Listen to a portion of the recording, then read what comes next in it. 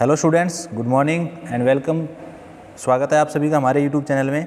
आज अपने पढ़ने वाले हैं एक बहुत ही इंटरेस्टिंग टॉपिक, जो कि है, वैसे तो टॉपिक नहीं है, ये एक एक्सपेरिमेंट है जो कि बहुत ज़्यादा आईटीआई के अंदर पूछा जाता है। और आईटीआई के जो होने वाले प्रैक्टिकल हैं, अभी 1 तारीख को जो प्रैक्टिकल होने वाले हैं, उनमें भी संभावित है ये आने की पूरे चांसेस है इस एक्सपेरिमेंट के।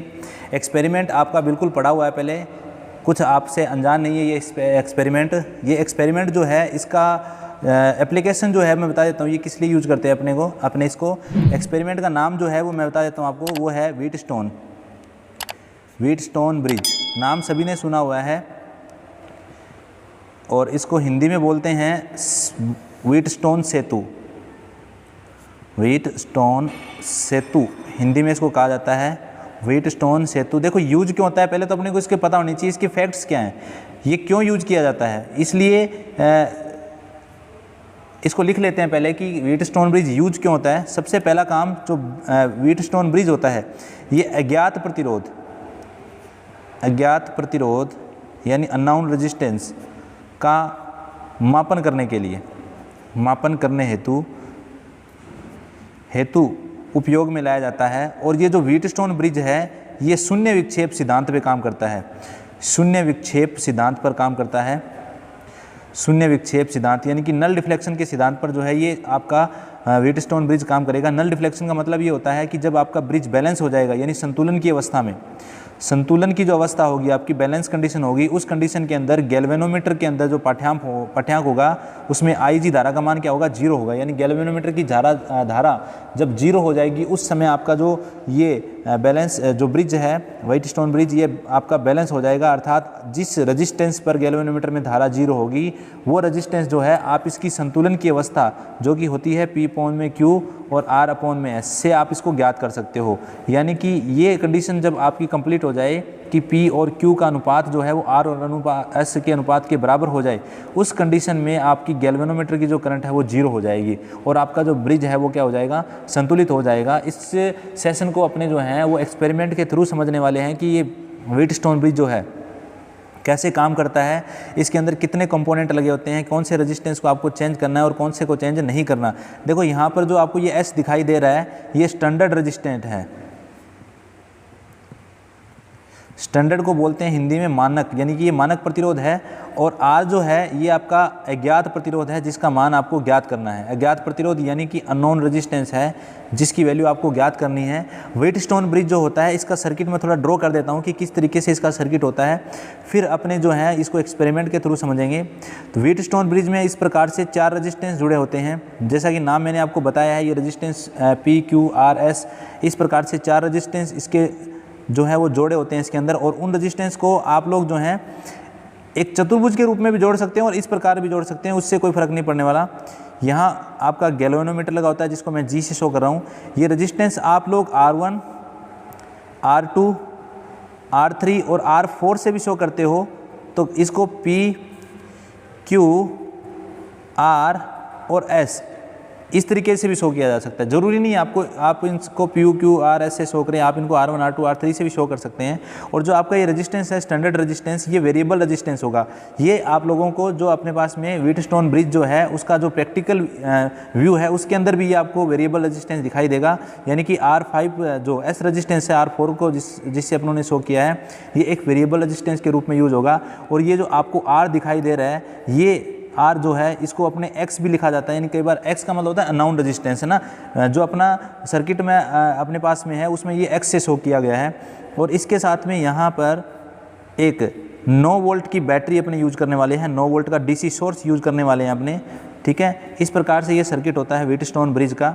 व्हीटस्टोन ब्रिज के अंदर अगर आपके पॉइंट A और पॉइंट B जो आपको दिखाई दे रहे हैं, इन दोनों का पोटेंशियल, यानी पॉइंट A और पॉइंट बी का जो पोटेंशियल डिफरेंस है वो 0 होगा, उस कंडीशन में आपकी जो गैल्वेनोमीटर की धारा है वो क्या हो जाएगी, 0 हो जाएगी। और ऐसा तभी पॉसिबल होगा जब ये दोनों रेजिस्टेंस और ये दोनों रेजिस्टेंस का अनुपात क्या हो जाए, बराबर हो जाए। ठीक है, ये तो इसका थ्योरेटिकल व्यू है जो व्हीटस्टोन ब्रिज है उसका।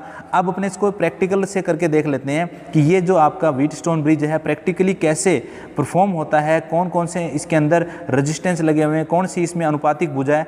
जो आपको यहाँ पर ये P/Q दिख रहा है, इसको बोलते हैं अनुपातिक भुजा। अनुपातिक भुजा इसको कहा जाता है। और आर का मान मैंने अभी आपको बताया, आर जो है वो अज्ञात प्रतिरोध है, एस जो है वो स्टैंडर्ड यानी ज्ञात प्रतिरोध है। इस स्टैंडर्ड रेजिस्टेंस का मतलब हो गया ज्ञात प्रतिरोध। इस रेजिस्टेंस की वैल्यू आपको ज्ञात है, ज्ञात करने की ज़रूरत नहीं है, ठीक है, क्योंकि वो व्हीटस्टोन ब्रिज से वहाँ से उठा लेंगे अपने, ठीक है। तो ये तो आपका इसका थ्योरेटिकल वो व्यू हो गया।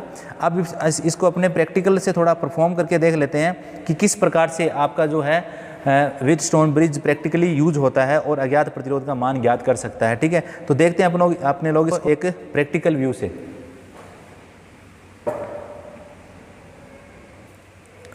तो स्टूडेंट आपके सामने व्हीटस्टोन ब्रिज जो है उसका प्रैक्टिकल एक मॉडल रखा हुआ है। उस मॉडल के अंदर आपको व्हीटस्टोन ब्रिज दिख रहा है, ऊपर लिखा भी हुआ है व्हीटस्टोन ब्रिज है ये, यानी कि पोर्टेबल व्हीटस्टोन ब्रिज अपने यूज़ कर रहे हैं। मैंने वर्किंग टेबल पे कोई अलग से नहीं बनाया है, ये बनाया हुआ एक व्हीटस्टोन ब्रिज है। इसको आप कहीं पे भी यूज़ कर सकते हैं, पोर्टेबल है। देखो पहले मैं आपको बता देता हूँ इसके अंदर कौन कौन से इंस्ट्रूमेंट लगे हुए हैं और क्या क्या उनका काम है। सबसे पहले आपको इस साइड में जो 2 टर्मिनल दिखाई दे रहे हैं उस पर मैंने एक 9 वोल्ट की बैटरी लगाई है। ये 9 वोल्ट की बैटरी आपको दिखाई दे रही है, मैंने लगा दी है यहाँ पर। देखो बैटरी आप लोगों को 2 तरीके से यूज़ करनी है यहाँ पर। ये जो आपको टॉगल स्विच दिखाई दे रहा है ये एक तरफ इंटरनल और एक तरफ एक्सटर्नल दिखा रहा है। एक्सटर्नल का मतलब होता है बाहरी सोर्स यानी बाहरी वोल्टेज सोर्स, और इंटरनल का मतलब है इसका अंदर कोई अगर वोल्टेज सोर्स लगा हुआ है। तो इंटरनल वोल्टेज सोर्स अपने पास नहीं है, अपने जो यहाँ पर है वो बाहरी यानी कि एक्सटर्नल वोल्टेज सोर्स यूज कर रहे हैं, इसलिए मैंने इसको एक्सटर्नल पे सेट किया हुआ है, यहाँ पर आप देख रहे हैं, ठीक है। उसके बाद देखो आपको यहाँ पर 2 टर्मिनल और दिखाई दे रहे हैं, एक X1 लिखा हुआ है, एक X2 लिखा हुआ है और बीच में X लिखा हुआ है। ये X1 और X2 जो टर्मिनल होते हैं इनके बीच में आपको जो अननाउन रेजिस्टेंस है यानी जिसकी वैल्यू आपको ज्ञात करनी है उस रेजिस्टेंस को आपको यहाँ पर कनेक्ट करना है जिसका मान आपको ज्ञात करना है, ठीक है। अपने करके देखेंगे इसको कैसे ये काम करता है। फिर आपके पास ये पुश ऑन की है, ये पुश ऑन की जो है ये गैल्वेनोमीटर के साथ सीरीज़ में कनेक्टेड है। अगर अपने इसको ऑन करेंगे और गैल्वेनोमीटर में करंट होगी तो ये ऑन करते गैल्वेनोमीटर रीडिंग दिखाएगा, अगर करंट उस ब्रांच में नहीं होगी तो गैल्वेनोमीटर रीडिंग नहीं दिखाएगा अपने को।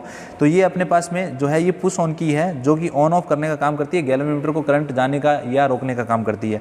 फिर ये एक आपके पास इधर आपको की दिखाई दे रहा है, इस पर लिखा भी हुआ नीचे गैल्वेनो या गैल्वेनोमीटर का सेंसिटिविटी, ठीक है। सेंसिटिविटी जो है आप गैल्वेनोमीटर की वो मैक्सिमम पे भी रख सकते हो और मिनिमम पर भी रख सकते हो। सेंसिटिविटी अगर आप मैक्सिमम पे रखोगे तो ज़्यादा से ज़्यादा आपको वैल्यू सही पर देगा, मिनिमम पे रखोगे तो वैल्यू तो सही आएगी लेकिन थोड़ा बहुत उसमें कुछ फ़र्क आ सकता है। फिर आपको यहाँ पर एक दिख रहा है गैल्वेनोमीटर इंटरनल और एक्सटर्नल। अभी जो आपके पास गैल्वेनोमीटर लगा हुआ है वो आपका इंटरनल गैल्वेनोमीटर है, यानी बाहर अगर आप लगाओगे तो यहाँ एक अदर गैल्वेनोमीटर लगा सकते हो जब ये ख़राब हो जाए आपका। तो अभी अपने जो यूज़ कर रहे हैं वो इंटरनल खुद का इसका गैल्वेनोमीटर है, एक्सटर्नल कोई नहीं यूज़ कर लिया, इसलिए मैंने इस डोंगल की को इंटरनल गैल्वेनोमीटर पर सेट किया हुआ है। फिर आपको दिखाई दे रहा है ये फर्स्ट की, ऊपर लिखा भी हुआ है रेशियो अनुपातिक। मैंने आपको बोला था जो ये फर्स्ट की है P/Q दिखाई दे रहा है आपको, ये P/Q क्या वैल्यू है। अगर आप 0.01 देखेंगे, 0.01 अगर आप देखते हैं तो 0.01 के अंदर का मतलब होता है कि 1/1000, 1/1000 आप इसको देख सकते हैं कि 0.01 पॉइंट हटेगा तो बटे में 1000 लग जाएगा। तो ये P/Q का मान है।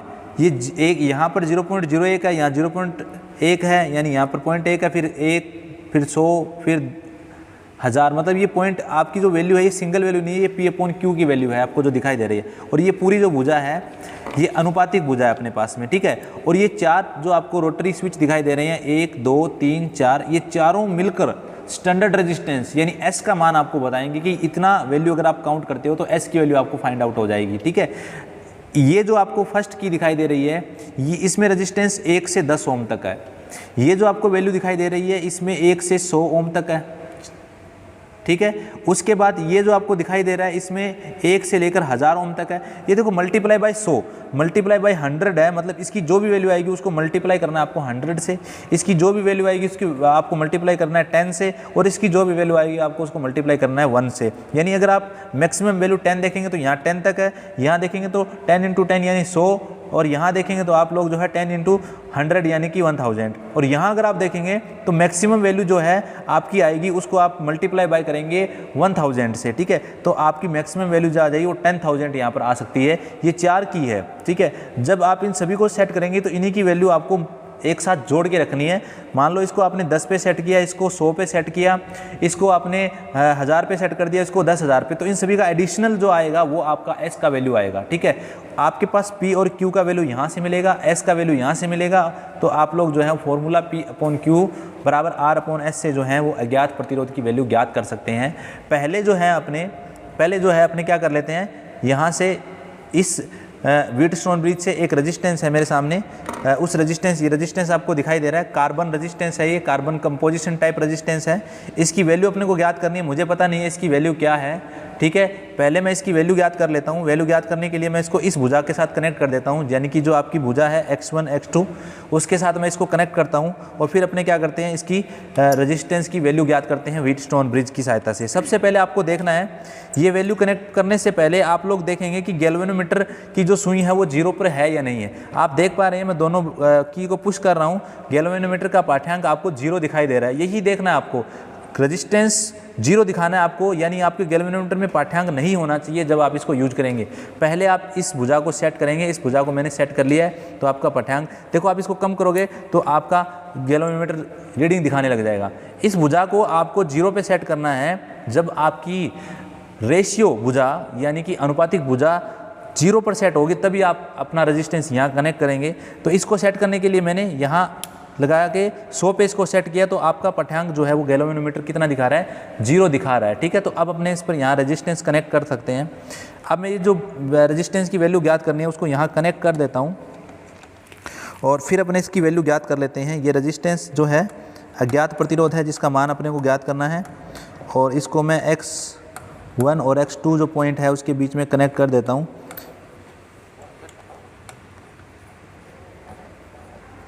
ये रेजिस्टेंस यहाँ कनेक्ट हो चुका है और फिर अपने इसकी वैल्यू ज्ञात कर लेंगे। ये देखो, ये रेजिस्टेंस जो है ये x1 और x2 के बीच में मैंने कनेक्ट कर दिया। अब जो है मैं क्या करता हूँ, पहले इन सभी को 0 कर देता हूँ, ये सारे 0 कर देते हैं अपने, ये सारे 0 हैं इस तरीके से। ये देखो, सारी जो आपकी रोटरी की हैं यानी कि मल्टीप्लाई बाई 1 वाली, 10 वाली, 100 वाली और 1000 वाली सभी को 0 किया अपनों ने। अब अपने 0 करने के बाद में जो है क्या करेंगे, इन पुश की सहायता से अपने चेक करेंगे कि रेजिस्टेंस की वैल्यू क्या है। देखो, सबसे पहले मैं यहाँ से, आपका रेजिस्टेंट कनेक्टेड है, सोर्स कनेक्टेड है, आपने यहाँ एक्सटर्नल, मतलब कंप्लीट सर्किट आपका अब ऑन है। जैसे ही पुश करेंगे अपने, तो आपको पहले रीडिंग देखनी है। मैंने पुश किया तो रीडिंग देखो, 2 तरीके से इसकी रीडिंग जाएगी, आपको ध्यान रखना है। 2 तरीके से कैसे रीडिंग जाएगी, देखो आपका जो ये बटन आपको दिखाई दे रहा है, इसमें अगर रीडिंग 0 से इस तरफ आती है, मतलब 0 से इस तरफ अगर रीडिंग आ रही है, इसका मतलब ये जो आपका रेजिस्टेंस यहाँ आपने कनेक्ट किया है इसका वैल्यू बहुत ज़्यादा है, इसका वैल्यू बहुत ज़्यादा है। देखो, क्योंकि वैल्यू ज़्यादा है तभी इस साइड का करंट क्या है आपके पास में ज़्यादा जा रहा है। ठीक है, और उस साइड का करंट क्या है, कम है। तो एक बार के लिए मैं क्या करता हूँ कि इस की को बढ़ाना शुरू करता हूँ और इसकी वैल्यू चेक करता हूँ। अभी भी मैं इसको घुमाते हुए 2 3 4 5 6 7 8 9 10 मल्टीप्लाई बाय 10 से मैंने इसको 10 पे 1 मल्टीप्लाई बाय 10 पे मैंने इसको क्या कर दिया, सेट कर दिया। तो अभी आप देखो ध्यान से, आपने जैसे ही इसको 10 पे किया, आपकी वैल्यू जो है वो पहले पॉइंटर इधर था, अब आपका पॉइंटर जो है वो इधर आ रहा है। इसका अर्थ ये हो गया कि ये रेजिस्टेंस आपका जो है अब कम है, क्योंकि जब ज़्यादा था तो वैल्यू इधर थी, जो आपका पॉइंटर था उसका विक्षेप इस तरफ था, लेकिन ये वैल्यू अब जो है ये कम है। मतलब आपने यहाँ ज़्यादा दिखा दिया रेजिस्टेंस, जबकि इसका एक्चुअल वैल्यू जो है वो इससे क्या है, कम है। ठीक है, तो अब अपने क्या करते हैं, कुछ कम करते हैं वैल्यू को। मैंने 9 किया तो अभी भी उस तरफ है, मैंने 8 किया तो अभी भी उस तरफ है, मैंने 7 किया तो अभी भी उस तरफ है, मैंने कितना किया, 6 किया, फिर मैंने किया लास्ट में 5 और ये 4 पे सेट किया। तो देखो 4 पे सेट करते ही मैंने देखा कि अब आपका रीडिंग थोड़ा सा क्या जा रहा है, आगे की तरफ जा रहा है। मतलब रेजिस्टेंस जो है यहाँ 4 से थोड़ा सा ज़्यादा है, तो मैं 4 से थोड़ा सा ज़्यादा यहाँ कर लेता हूँ। देखो, ये देखो 4 और 5 के बीच का रेजिस्टेंस है ये, तो मैं इसको 4 पर एक्चुअली सेट करके रख देता हूँ। ठीक है, और यहाँ पर जो है 3rd पे ये लो अभी ज़्यादा है, तो ये रेजिस्टेंस लगभग जो है ये 4 पर आपका बैलेंस हो जाएगा। ठीक है, थोड़ा अगर आप लोग इसको और देखेंगे तो आप इसकी वैल्यू को जो है, सेंसिटिविटी को थोड़ा सा यहाँ कम कर सकते हैं, इसको कम कर सकते हैं आप लोग, जिससे आपकी प्योर वैल्यू आ जाएगी। अब देखते हैं आप लोग,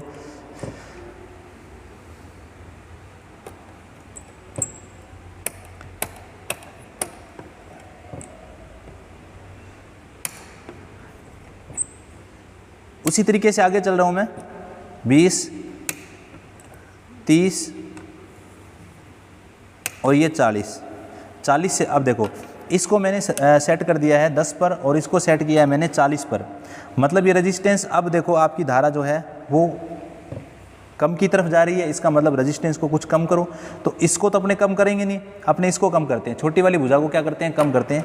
इसको मैं 9 पे करता हूँ और पाठ्यांक देखता हूँ अभी भी कम है, 8 पे करता हूँ, पाठ्यांक देखता हूँ अभी भी कम है, दिख रहा है आप सभी को।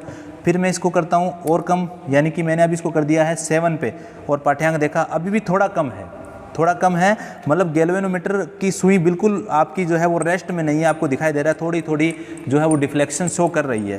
तो अपने क्या करते हैं, इसको और कम किया मैंने, और कम करके मैंने इसको 5 पे कर दिया। 5 पे देखा तो थोड़ा सा ज़्यादा जा रहा है, आपका डिफ्लेक्शन थोड़ा सा क्या जा रहा है, ज़्यादा की ओर जा रहा है। तो अपने क्या कर देते हैं, इसको सेट कर देते हैं लगभग, ये देखो लगभग 5 और 6 के बीच में ये रेजिस्टेंस आपका जो है वो क्या कर रहा है, बिल्कुल शो हो रहा है। अगर आप 5 और 6 के बीच के देखें तो कितना हो जाएगा, लगभग 5.5। तो अब देखेंगे अपने इसको एक कैलकुलेशन के थ्रू, यहाँ पर आपकी जो P/Q है, P/Q का वैल्यू जो है वो 10 पे सेटेड है, बिल्कुल देख रहे हैं आप 10 पे ये सेट है। तो P/Q का मान है 10, P/Q का मान कितना है, 10 है।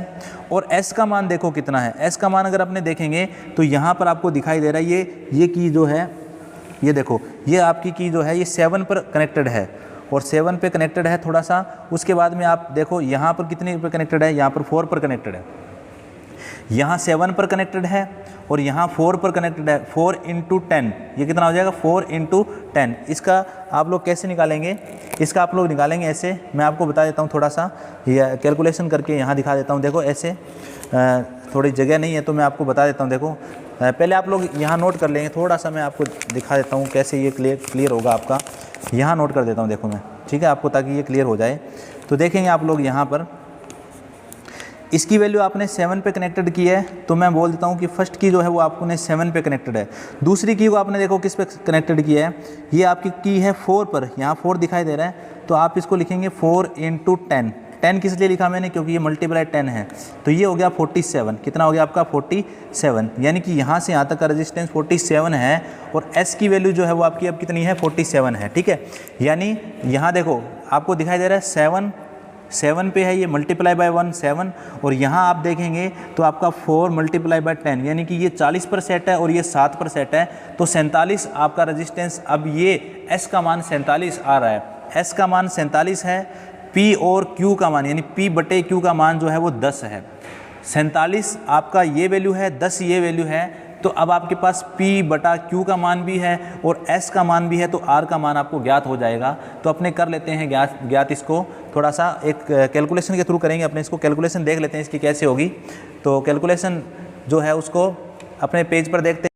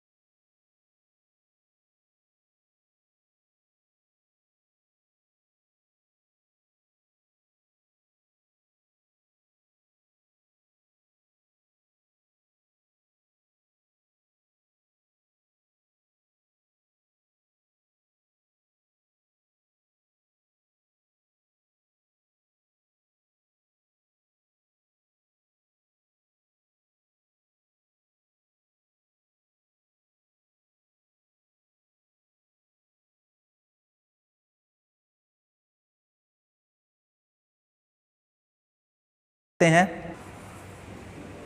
तो अब अपन ने देखा था कि आप लोगों की जो P/Q यानी P और Q भुजा का जो वैल्यू आया था वो 10 आया था और आपकी S का जो वैल्यू था वो 7 + 40 था। ये 7 + 40 कैसे था, देखो 7 × 1 = 7 था, और 4 × 10 यानी मल्टीप्लाई बाय 10 वाली की पर 4 आया था अपना, तो ये 40 हो गया। तो ये 47 रेजिस्टेंस आया था एस की वैल्यू।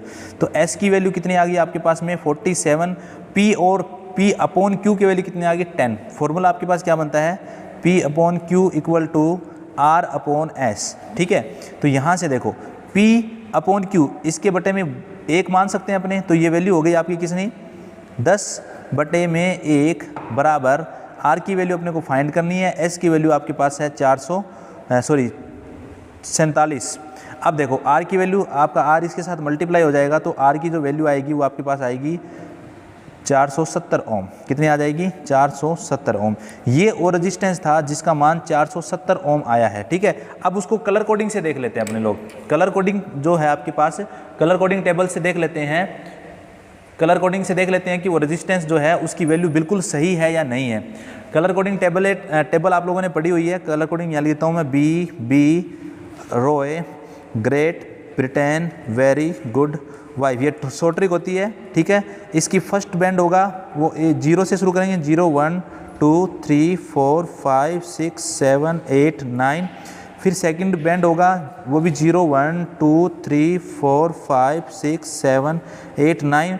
थर्ड बैंड होगा जो मल्टीप्लायर को शो करेगा, तो 10 की पावर 0 मल्टीप्लायर, 10 की पावर 1, 10 की पावर 2, 10 की पावर 3, 10 की पावर 4 5 6 7 8 9। ठीक है, तो ये रेजिस्टेंस है अपने पास में। अब देखो अपने उस रेजिस्टेंस, जो रेजिस्टेंस की वैल्यू ज्ञात की थी, ये आपके पास रेजिस्टेंस है, आपको दिखाई दे रहा है। इस रेजिस्टेंस के अंदर फर्स्ट बैंड जो है, ये फर्स्ट बैंड जो है, इसके फर्स्ट बैंड का कलर जो है वो है येलो। फर्स्ट बैंड का कलर है येलो। सेकंड बैंड जो है उसका कलर है वॉलेट। सेकंड बैंड का जो कलर है वो है वॉलेट। ठीक है, और थर्ड बैंड जो है उसका कलर है अपने पास में ब्राउन, और लास्ट जो बैंड है उसका कलर है आपके पास गोल्डन। ठीक है, ये आपके पास रेजिस्टेंस है। इसके कलर बैंड मेरे पास है, देखो येलो मतलब होता है पीला कलर, यानी फर्स्ट बैंड पीले रंग का है, सेकंड बैंड वॉलेट यानी बैंगनी कलर का है, और थर्ड बैंड यानी ब्राउन यानी भूरे रंग का है, भूरा, और ये है आपके पास गोल्डन यानी सुनहरी। ये आपके पास रंग हैं। इन रंगों से अगर अपने वैल्यू ज्ञात करें तो पीला रंग जो है उसकी फर्स्ट बैंड पे आ रहा है, तो पीला रंग जो है देखो येलो वाई, ये black, brown, red, orange, yellow, green, blue, wallet, grey और वाइट, ऐसे कलर हैं। तो आपके पास में जो पीला है वो 4 नंबर आ रहा है, देखो येलो 4 नंबर पर आ रहा है, तो येलो की जगह अपने रखेंगे 4। फिर वॉलेट यानी बैंगनी देखो 7 नंबर पे आ रहा है, तो इसकी जगह रखेंगे अपने 7। और फिर मल्टीप्लायर, क्योंकि फर्स्ट बैंड देखो, फर्स्ट बैंड किसको बताता है, फर्स्ट बैंड बताता है प्रथम अंक को। सेकंड बैंड किसको बताता है, द्वितीय अंक को। किसको बताता है, द्वितीय अंक को। थर्ड बैंड बताता है किसको, गुणांक को, थर्ड बैंड गुणांक को। और फोर्थ बैंड जो बताता है वो बताता है सहनशीलता। ये पढ़ा हुआ है आप सभी ने। ये इस प्रकार से, अगर आप लोग ये अगर नहीं पढ़ा हुआ कलर कोडिंग, तो आप लोगों को डिस्क्रिप्शन में जो है वो एक क्लास का लिंक मिलेगा। उस क्लास में आप देखिए कि किस प्रकार आप कार्बन के रेजिस्टेंस होते हैं, उसकी कलर बैंड से आप लोग जो है उसकी वैल्यू ज्ञात कर सकते हैं। ठीक है, तो अब आप देखेंगे कि आपके पास है 4 × 7 × भूरा कौन सा होता है, सेकंड। ये ब्लैक, ये ब्राउन मतलब भूरा जो होता है उसका गुणांक देखो, भूरे का गुणांक है 10 की पावर 1 येरा, तो इसको रख देते हैं 10। प्लस माइनस सुनहरी का जो होता है वो आपके पास होता है गोल्डन मतलब 10%, 5%। तो ये रेजिस्टेंस कितने का था, 470 ± 5%। देखो यही रेजिस्टेंस अपना यहाँ पेंड थ्योरी से आया, और यही रेजिस्टेंस आपका किससे आया था, व्हीटस्टोन ब्रिज से। तो अपने क्या कह सकते हैं कि व्हीटस्टोन ब्रिज की एक्यूरेसी अच्छी होती है, इसलिए रेजिस्टेंस मापने की सबसे जो शुद्ध विधि होती है वो ब्रिज विधि होती है, जिसको आप बोलते हैं सेतु विधि, सबसे अच्छी विधि होती है। देखो 470 ही आपने निकाला है और उसने भी 470 बताया, तो ये आपकी जो ब्रिज विधि है ये बहुत ही एक्यूरेट और स्टिक विधि है रेजिस्टेंस अज्ञात प्रतिरोध का मान ज्ञात करने की। तो आई होप आपको व्हीटस्टोन ब्रिज जो है वो समझ में आ गया होगा। ये ITI के लिए बहुत इंपॉर्टेंट जो है ये टॉपिक है, एक तरीके से एक एक्सपेरिमेंट है। बिना एक्सपेरिमेंट के ये टॉपिक जल्दी से समझ में भी नहीं आता है, क्योंकि सभी के मन में रहता है कि ऐसे कैसा हो सकता है। तो आपका जो ये सवाल अब तक था कि ऐसे कैसा हो सकता है, वो शायद आपको उसका आंसर मिल गया होगा। तो आज की क्लास अपनी यहीं तक रहेगी। जय हिंद, जय भारत।